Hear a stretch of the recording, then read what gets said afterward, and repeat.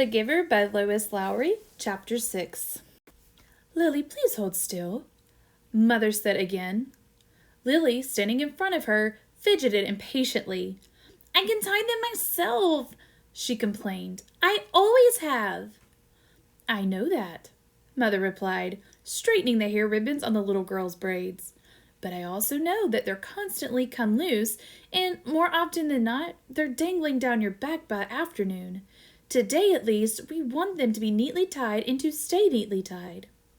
I don't like hair ribbons. I'm glad I only have to wear them one more year, Lily said irritably. Next year, I get my bicycle, too, she added more cheerfully. There are good things each year, Jonas reminded her. This year, you get to start your volunteer hours. And remember last year when you became a 7, you were so happy to get your front button jacket.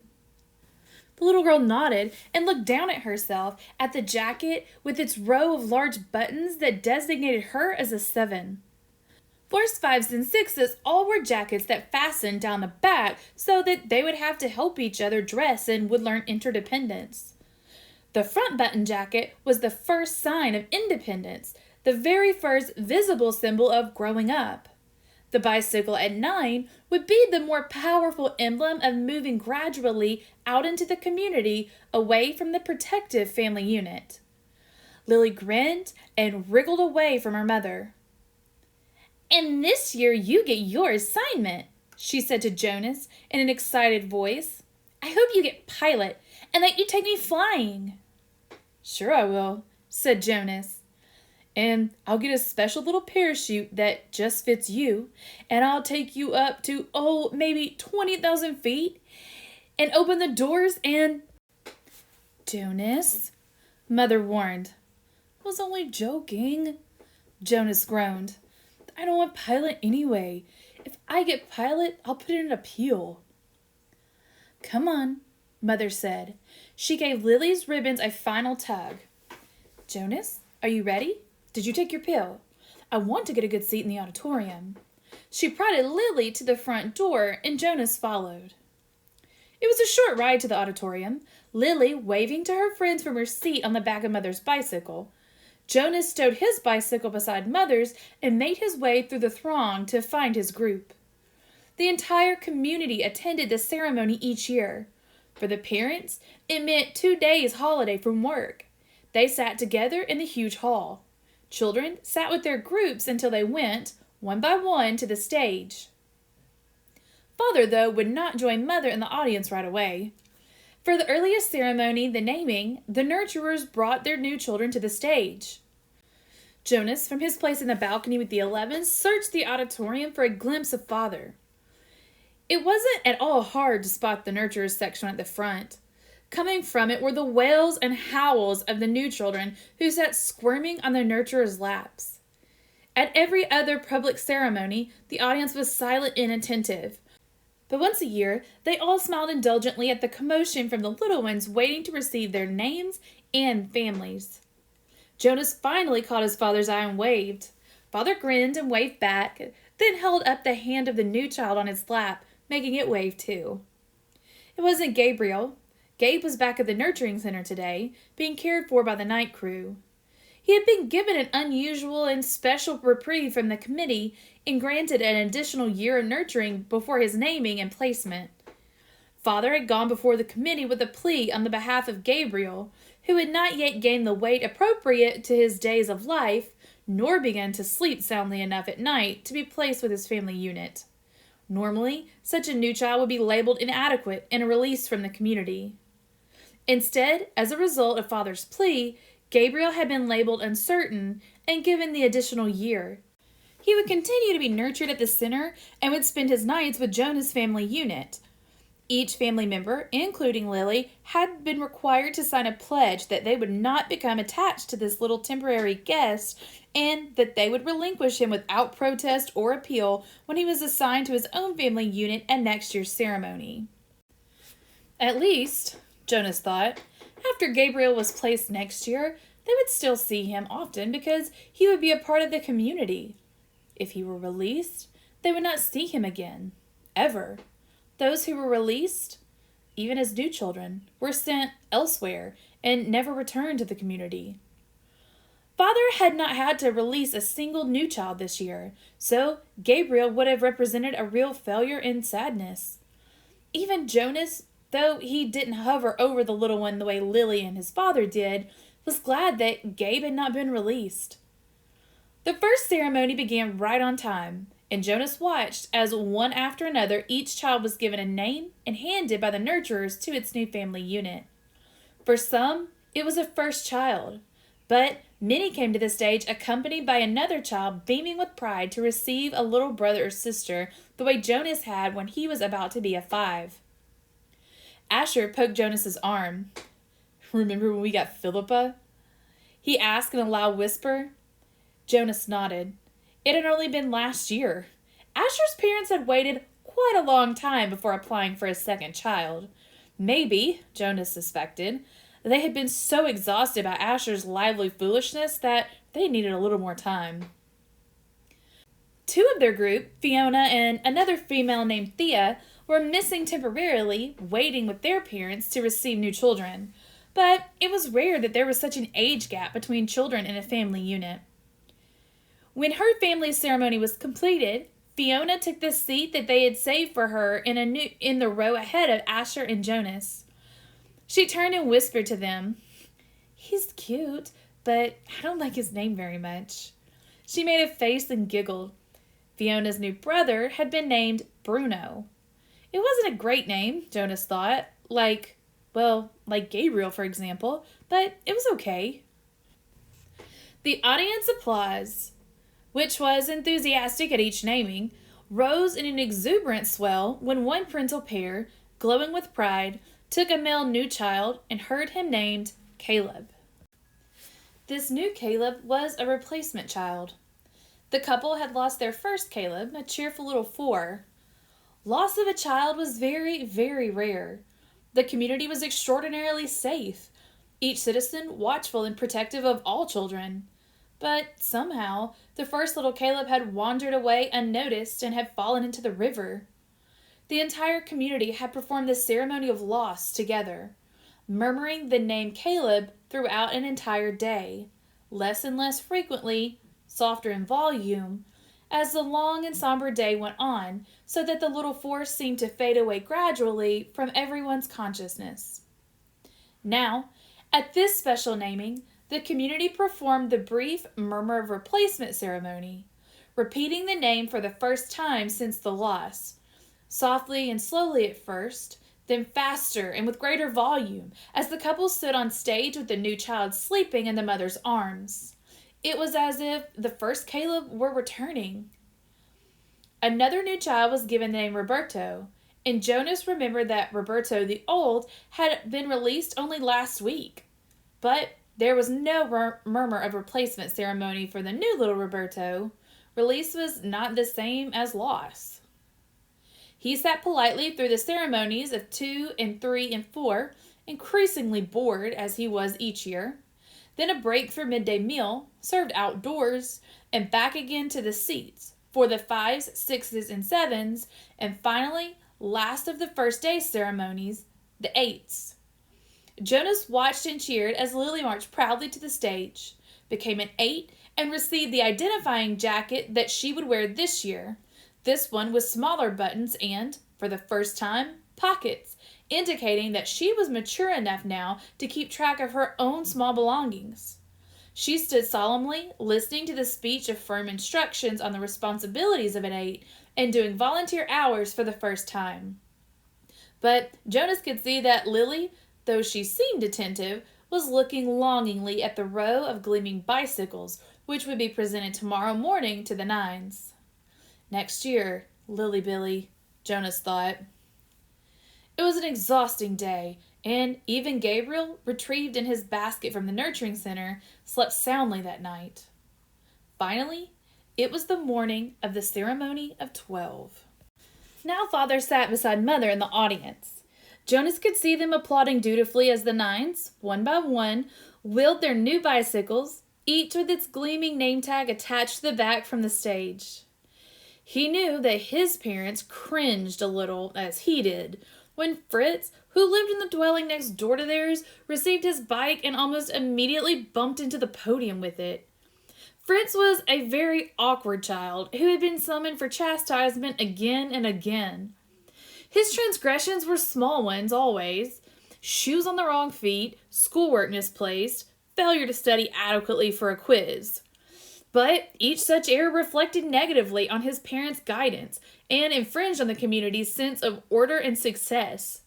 Jonas and his family had not been looking forward to Fritz's bicycle, which they realized would probably too often be dropped on the front walk instead of wheeled neatly into its port. Finally, the nines were all resettled in their seats, each having wheeled a bicycle outside where it would be waiting for its owner at the end of the day. Everyone always chuckled and made small jokes when the nines rode home for the first time.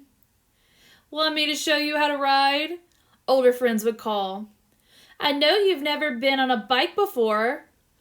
But invariably, the grinning nines, who in technical violation of the rule had been practicing secretly for weeks, would mount and ride off in a perfect balance, training wheels never touching the ground.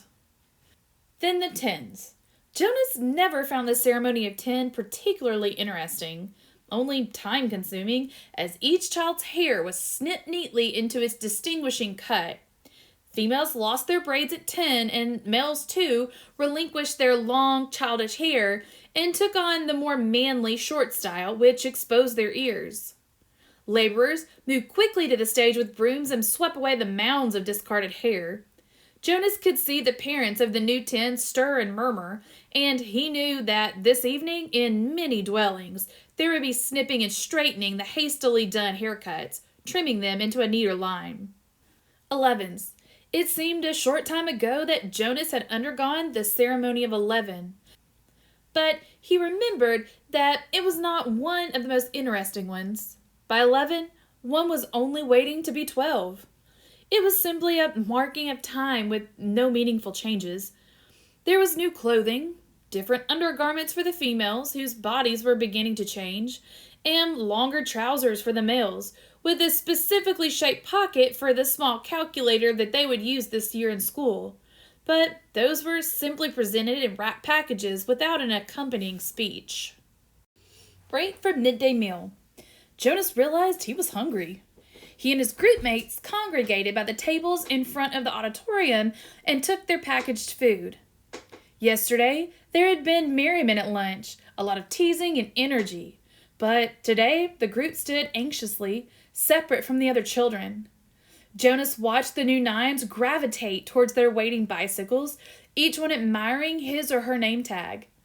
He saw the 10s stroking their new shortened hair, the females shaking their heads to feel the unaccustomed lightness without the heavy braids that they had worn so long. "I heard about a guy who was absolutely certain he was going to be assigned engineer," Asher muttered as they ate, "and instead they gave him sanitation laborer. He went out the next day, jumped into the river, swam across, and joined the community he came to. Nobody ever saw him again." Jonas laughed. "Somebody made that story up, Ash," he said. "My father said he heard that story when he was a 12. But Asher wasn't reassured. He was eyeing the river where it was visible behind the auditorium. "I can't swim very well," he said. "My swimming instructor said that I don't have the right boyishness or something." "Buoyancy," Jonas corrected him. "Whatever. I don't have it. I sink."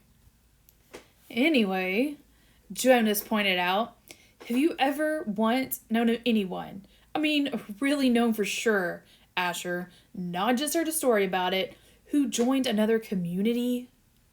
"No," Asher admitted reluctantly, "but you can. It says so in the rules. If you don't fit in, you can apply for elsewhere and be released. My mother says that once, about 10 years ago, someone applied and was gone the next day."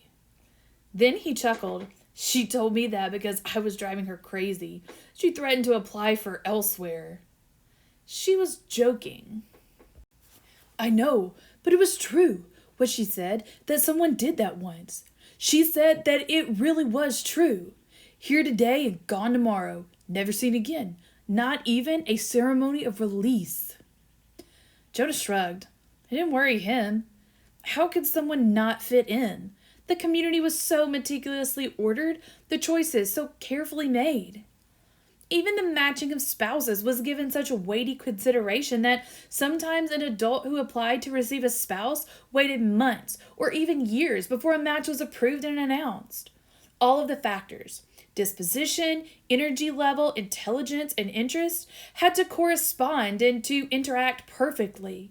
Jonas's mother, for example, had a higher intelligence than his father, but his father had a calmer disposition. They balanced each other. Their match, which, like all matches, had been monitored by the Committee of Elders for 3 years before they could apply for children, had always been a successful one. Like the matching of spouses and the naming and placement of new children, the assignments were scrupulously thought through by the Committee of Elders. He was certain that his assignment, whatever it was to be, and Asher's too, would be the right one for them. He only wished that the midday break would conclude, that the audience would re-enter the auditorium, and that the suspense would end. As if in answer to his unspoken wish, the signal came, and the crowd began to move towards the doors. All right, guys, we're getting so close to the juicy stuff where we find out where Jonas is going to be placed, and I'm really excited to get there. This chapter was a little bit longer, a little bit more packed, so we have 5 different questions I want you to think about. A lot of this is to do with symbolism. We're seeing some symbolism here in this chapter. Number 1, what might the pledge that Jonas and his family have to sign, promising not to get too attached to Gabriel, foreshadow? So they had to sign this pledge that they're not going to get too attached. But really, only Lily seems to be super attached. So do you think that foreshadows anything, or is it just kind of like a formality? Second, compare and contrast the pills that Jonas has to start to take. Compare and contrast the pills that Jonas has to start taking to the replacement ceremony for Caleb. So let's go back to the previous chapter when Jonas finds out he's having stirrings. He has to take these pills to suppress them. What are the pills really for, other than just what it seems to be on the outside, which is to suppress some emotional feelings? What is it also, how can we compare that to what they're doing when they spoke Caleb's name softer and softer and softer throughout the day and haven't mentioned it now until this new ceremony? Now they're saying it again louder and louder and louder, like they're bringing him back. What can we compare and contrast about those two things? Number 3, what does the reuse of the name Roberto symbolize in the community? We heard about Roberto a couple chapters back. He was released, and now we have a new child being named Roberto. So what do you think that symbolizes? Number 4, what does the cutting off of hair and the lack of mirrors symbolize about this community, about basically all these ceremonies? Every age group, there are certain things they get, certain things that are taken away. What are they symbolizing? And lastly, what does the river come to symbolize in this chapter after hearing Asher's story? So Asher says he hears about this guy who did not get the job that he wanted, and he goes and he jumps in the river and crosses the river and goes to live in a new community. And Jonas says that's not true. That's just a story that's made up. And Asher is like for sure that this story is true. So what does this river maybe symbolize to people in the community, or at least now to Asher and to Jonas?